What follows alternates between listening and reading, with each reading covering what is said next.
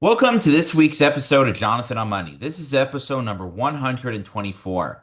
So, I just got back from my annual Shenkman family road trip. And for those who remember, last year we drove from LA to Kansas City. And this year we primarily focused on the Dakotas. And over the more than 2 years doing this podcast, I've gotten feedback from listeners who like hearing about these types of trips. So, I'll spend just a few minutes talking about my trip this year.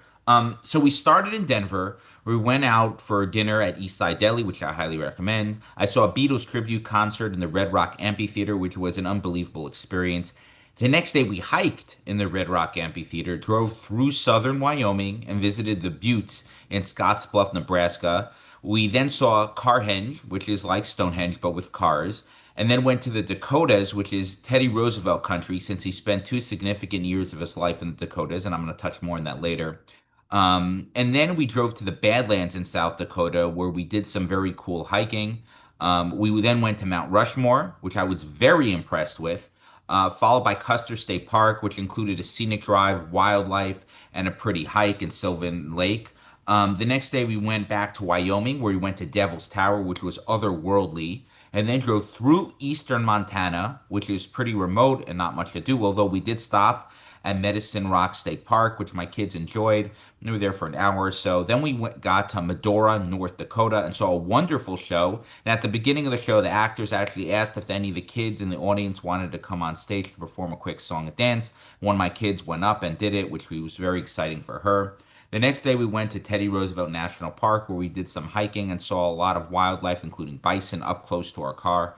We then had several stops across the state of North Dakota, including the world's biggest Holstein cow, the world's largest crane, the world's largest bison, and the world's largest Viking, to go along with a stop at a little local brewery, a few visitor centers, and we got to swim along the way in a pool with slides, which my kids were very enthused about.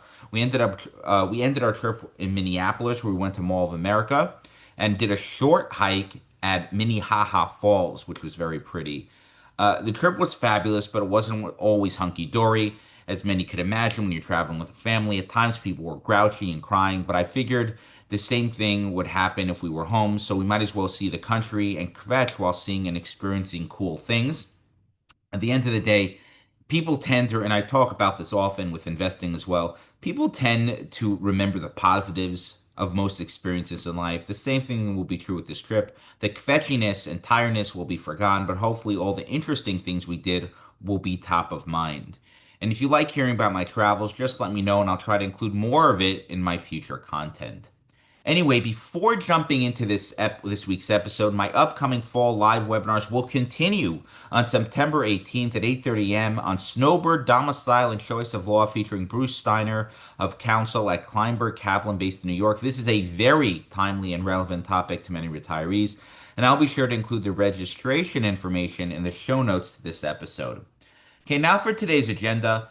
My talking points this week will discuss a continuation from last week on the account hierarchy. Our quote this week is from Teddy Roosevelt on The Man in the Arena. I'll spend the last half of the episode answering listener questions, including: is it irresponsible to move to Israel with three kids and no job or career? And finally, we'll end with an actionable idea to implement in your investing life, where we'll discuss how to develop the right perspective around money.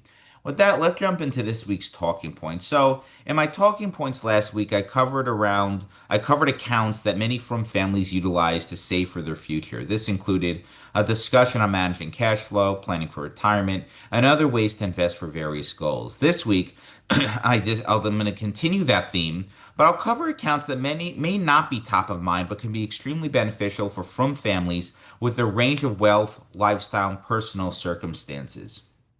First, let's discuss the UTMA or UGMA account. A uniform transfer to minor account, UTMA, or a uniform gifts to minor account, UGMA, is a custodial account that provides a straightforward way to transfer financial gifts to minors without the complexity of a formal trust. The type of account, UTMA versus UGMA, depends just what state you live in. These accounts are useful for parents, grandparents, and guardians to give money to a child and invest on their behalf. When the child reaches the age of majority, which differs by state, the minor gains full control of the account and can use the assets to start their life. This is a wonderful way to save for a child's financial future. Contributing birthday gifts, bar bat mitzvah presents, and other monies over the course of the nearly 2 decades can lead to the child entering the world with a meaningful financial cushion to start a business, buy a home, or help pay down student debt. The considerations I point out to clients regarding an UTMA and UGMA account is that there's no tax benefits to these accounts, and if the child is irresponsible upon reaching the age of majority, the funds belong to the child and they can spend it as they please. There are no controls like a parent would have by utilizing a trust account.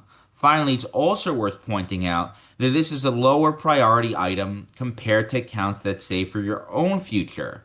If you do have enough funds saved for your retirement, it will be if you don't have enough funds saved for your retirement, it will be challenging to find a family member to support you during these years.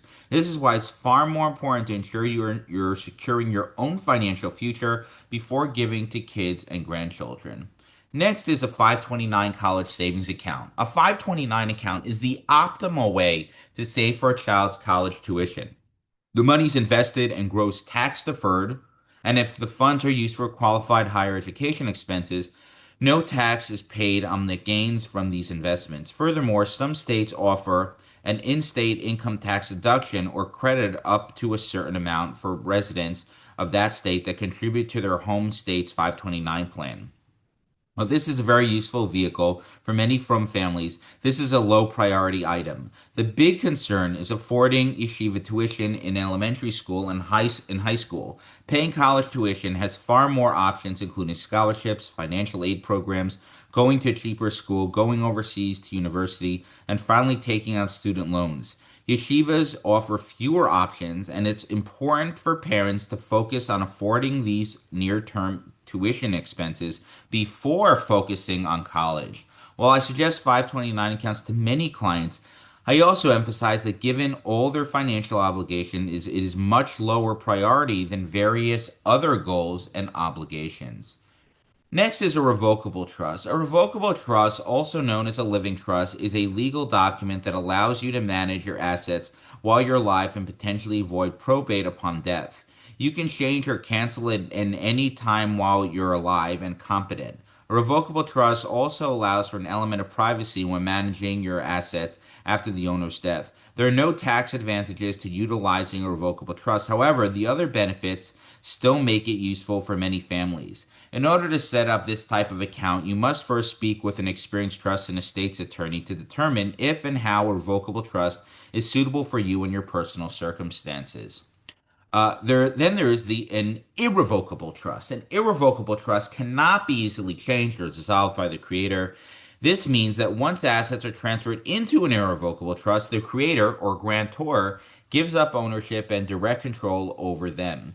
The assets are then managed by the trustee for the benefit of the specified beneficiaries. There are many uses for irrevocable trust, including protecting assets from creditors, minimizing estate tax liability, bypassing probate, qualifying for Medicaid benefits to support a beneficiary with special needs, and of course many more options. Similar to revocable trust, consulting with an experienced trust and estates attorney in order to set up this type of account and ensuring that it is executed correctly is a requirement. Furthermore, hiring a competent financial manager that can work with the attorney and understands the terms of the trust, executing the strategy correctly, and appreciates the responsibility of acting in a fiduciary capacity are also important. Cutting corners when it comes to trust planning will inevitably lead to making mistakes, forfeiting the benefits, and potentially flushing lots of money down the toilet due to errors and missed opportunities. Shifting gears a bit, there's an account called a donor advised fund, or a DAF. A DAF is a charitable giving vehicle that allows individuals to make donations to a public charity account where you can deposit assets for donation to a charity over time. The donor gets an immediate tax deduction when making the contribution to the DAF and can still control how the funds are invested and distributed to charity. A DAF can be opened at a variety of brokerage firms or at some nonprofit organizations and are extremely useful if you hold a security with no cost basis, a highly appreciated stock, or a concentrated investment position. In all these scenarios, the tax liability can be circumvented by moving that position to a DAF. While many from families give donations directly to charity, I have seen many people utilize a DAF when they need to contribute a large amount of money to a building campaign, for instance, but don't want to donate cash. Instead, they take a highly appreciated security or those with no cost base and move them directly to a DAF. This allows the donor to avoid the tax liability from selling these positions, giving them the tax deduction for their donations and benefits the charity of their choice. Finally, let's discuss a health savings account, or an HSA. A health savings account is a tax advantage savings account paired with a high deductible health insurance plan. An HSA is a rarity in that it is triple tax free. This means that it allows you to set aside money on a pre tax basis to pay for qualified medical expenses. The funds can be invested and grow tax deferred, and if used to pay for qualified medical expenses, you don't pay tax on the gains. However, you must be covered by a qualified high deductible health plan through your employer in order to open and contribute to an HSA account. At the end of the day, you need to focus on what's important to you. Every family has its list of priorities. This is especially true with the Orthodox community, where spending patterns and communal obligations and how we manage our finances. Listeners should take the time to prioritize what is important in their life from a religious and familial perspective, and then work with their team of trusted advisors to utilize the right accounts to achieve those goals. Understanding the types of accounts that are available to you and funding these accounts accordingly is foundational to effectively managing your funds and reaching your financial goals. Okay, those are the talking points this week. And as a reminder, you can be notified of all my recent articles, webinars, and all the work I put out by subscribing to my free monthly newsletter at parkbridgewealth.com/newsletter. And this week's quote is something that I actually shared with listeners about 2 years ago. But given the fact that I just spent time in Teddy Roosevelt country, or the Dakotas, I'll share it again, and it is certainly one of my favorites, and it's a timeless quote. For those who don't know, Teddy Roosevelt was the 26th U.S. president from 1901 to 1909, known for his bold leadership, progressive reforms, and conservation efforts. A former Rough Rider in the Spanish-American War, he championed the Square Deal to protect workers and consumers. He broke up monopolies and helped build the Panama Canal. He was also an author and Nobel Peace Prize winner for mediating the Russo-Japanese War. Notably, Roosevelt spent 2 years in the Dakotas recovering from the death of his wife and mother, which happened simultaneously. He spent time hunting bison, exploring, and living a rugged life. And these experiences was absolutely transformative in shaping his views in conservation, grit, and leadership, laying the groundwork for the future Rough Rider and president.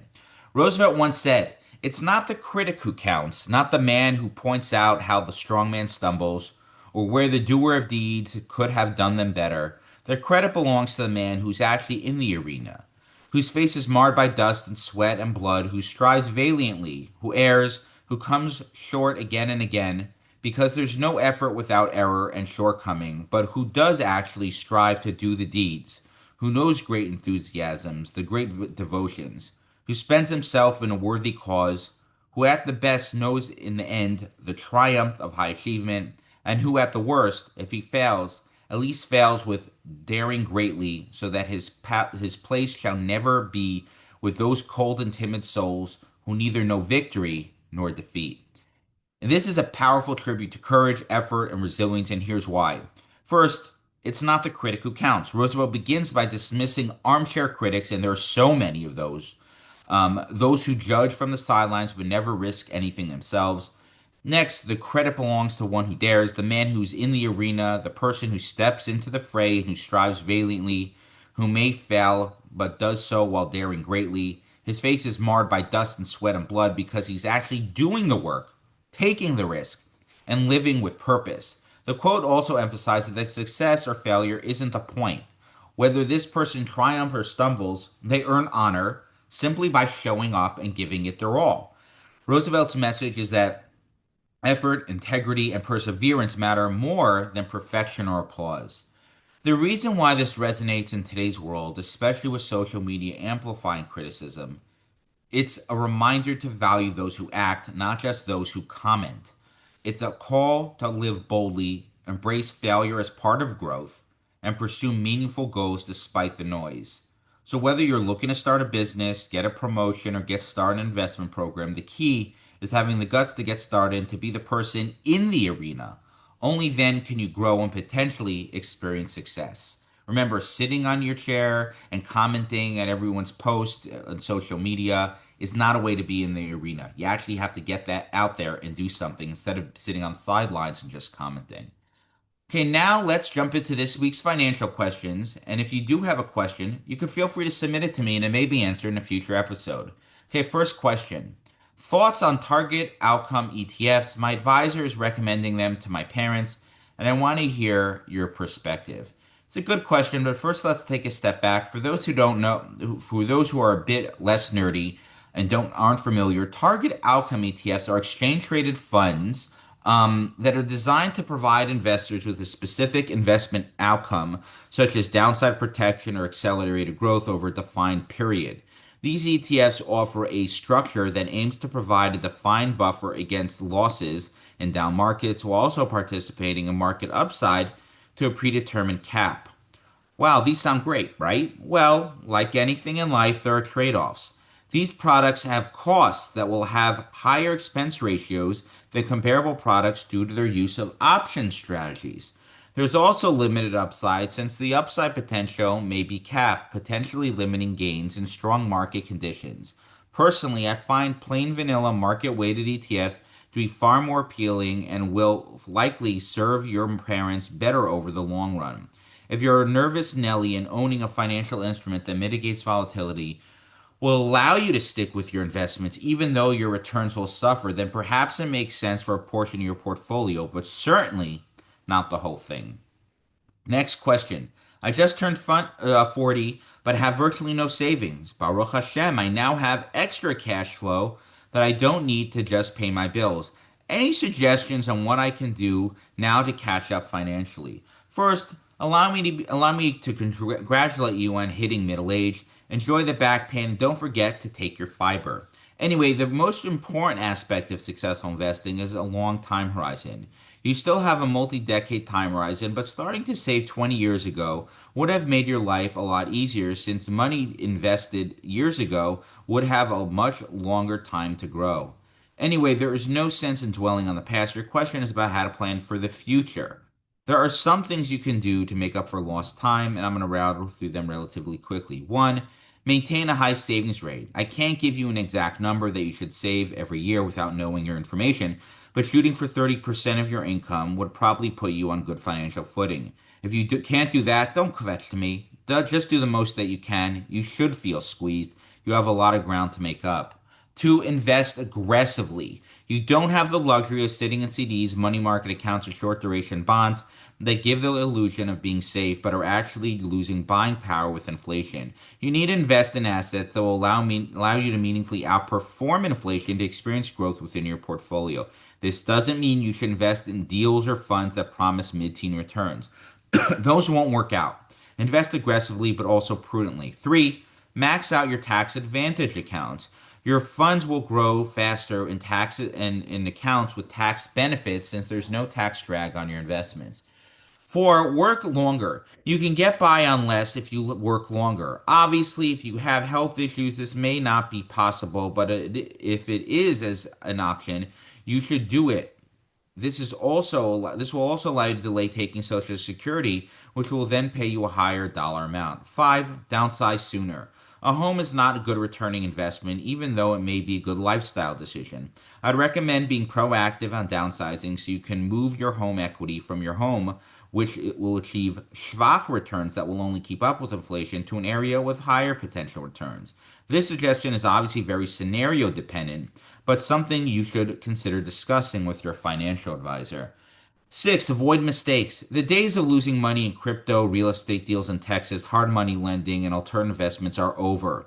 You don't have the luxury to mess around with nonsense that don't work. That's for younger guys who can afford to lose their shirt and have more time to make it up. Keep things simple, boring, and don't shoot for the highest returning ideas. You will avoid these big mistakes and lose tons of money if you do that. I hope you found some of these suggestions helpful. It should at least give you something to think about. Keep in mind, Rabbi Akiva had a late start in life, and just like water pierced its way through the rock, making small adjustments to your financial life consistently and proactively over the next 2 decades will allow you to also achieve success. The key is acting now. Next question. I'm 24 years old and just started working. I'm trying to figure out the optimal investment strategy to increase my net worth. What would you suggest? My advice is to spend more time focusing on increasing your income and less time on increasing your investment return. People in their 20s and 30s shouldn't spend time stressing over the optimal investment allocation. There is no such thing as optimal, and you are overlooking more impactful financial decisions at this stage of life, like increasing your income. This doesn't mean you should neglect your investments. It just means your energy is being spent focusing on the wrong area. Doubling your salary in a few years by making smart career decisions is far more impactful to your life than trying to get an extra percentage point of return. I realize this is not the advice you were looking for, but it's important to steer you in the right direction. In terms of your portfolio, go heavy on stocks and stay diversified and avoid things that sound too good to be true. Hiring a financial advisor will also help you make smart decisions along the way and will help you allocate your funds appropriately. A bonus tip, you're 24, not 54. Spend time and money and enjoy your youth. Nerding out over the best way to increase your net worth is not a way to live your life to the fullest. Next question. I'm mid career, and my siblings have been encouraging my family to make Aliyah. I get the importance of people moving to Israel, but I'm not sure how I would make money there. Is it irresponsible to move Israel with 3 kids and no job career in Israel? Let me rephrase your question so you understand what you're actually asking me. Hi, Jonathan. Does it make sense to move to the other side of the world with no game plan for how I'll support my family? No, it makes no sense. But my relative says that Hashem will provide. That's a common retort, and I get it. We must certainly have faith in HaKadosh Baruch Hu. But money won't fall from the sky once you move to Israel. That'll be nice, but it won't happen. Maybe your relative means your father or father-in-law will provide. Perhaps. Regardless of how you plan to finance your lifestyle, the ikar is that you determine how to do it before moving. Don't let anyone guilt you into putting your family into a precarious financial situation. Be smart and prudent. Move when you have a game plan, otherwise, you likely won't last in the Holy Land. Next question. What are your thoughts on the bipartisan effort to cap credit card rates at 10%? So I don't follow what's happening in Congress, but I will take your word for it. If this movement that you describe is true, it will have an adverse impact. Sure, it sounds good to cap rates and help those who are struggling. However, anytime the government gets involved in the free market, it causes problems. The inevitable fallout from such a bill would ensure that people with low credit scores will not be able to borrow money. Practically speaking, there's no way a lender is going to the compensate enough to take the risk to lend to such individuals. Right now, if someone with bad finances wants to take a big risk, there is a way to get that money, albeit at a very high rate. If they have a game plan to pay it back, they may do very well. If the government caps rates, the only lender that will be willing to lend money at such low rates would be the government because they are not in the business of making money or being financially prudent. That's why they lend money to teenagers with no credit history, no income, and no game plan to pay back loans of hundreds and thousands of dollars to pay for college and a degree that they can't use. Needless to say, the student loan market is a pretty big disaster. The government should spend its time figuring out how to improve the lives of its citizens and less time trying to manipulate the free market. Okay, that's it for financial questions this week. And by the way, if you have a more involved personal finance situation, feel free to reach out directly to me and perhaps my team and I can help you. And the best way to get a hold of me is via email at jonathan@parkbridgewealth.com. And finally, I'd like to end with a timely actionable idea that listeners can implement to their own financial lives. And today's timely idea is how to develop the right perspective around money. One approach I use with some clients who are struggling with this is the use of a reverse obituary. A regular investment policy statement or IPS may be sufficient, but some folks need to go a step further and would benefit from drafting a reverse obituary. A reverse obituary is how we want to be remembered. It helps separate our resume virtues from our obituary virtues. Resume virtues are short-term material goals. They may seem important today, but are meaningless when considering the bigger picture. This may include how much money we make, our net worth, the car we drive, the boards we sit on, the honors we receive, the house we live in, and the types of vacations we go on. The other hand, obituary virtues are character traits that we want others to remember us for when we're gone. In other words, these are characteristics that are actually important. This may include being supportive of your family and friends, charitably inclined, and contributing positively to society at large. It's not uncommon for folks to have little to no overlap between resume virtues and obituary virtues. The reverse obituary exercise facilitates a focus on your core values, which helps us align those values with your money and daily routine. This way, this exercise helps folks avoid financial mistakes is it makes investors focus on what's really motivating them in life. It makes it easier to ignore the noise and concentrate on what's actually important. Defining one's obituary virtues makes us less eager to take excessive risk, makes us less concerned about keeping up with the Joneses or relative performance. It helps us not obsess over things that won't make a material difference in our quality of life, like achieving the lowest tax bill, access to the most exotic investments, and so forth. It crystallizes what is actually important in life and motivates us to spend more time and money on those things, like properly educating our children, giving back to the community, and lifting up others who are less fortunate. Obituary virtues drive us to want to work on the non-financial aspects let me back up. Obituary virtues drives us to want to work on the non-financial aspect of our lives, which ultimately is more important when it comes to feeling a sense of contentment in life. And finally, allows us to be more thoughtful on how we want to be remembered. Leaving a meaningful legacy that inspires generations to come is the ultimate financial objective for most families. Writing out your own reverse obituary may be a helpful exercise for you and your clients. I know it's been helpful for me personally and has helped me keep me on the right path. And with that, it's a wrap for this week's show. Any comments or questions, feel free to reach out directly to me via email. I love hearing from my listeners. And finally, the secret to financial success is no secret at all. It's to spend less than you make, invest the difference prudently, and ignore all the noise. See you next time on Jonathan on Money.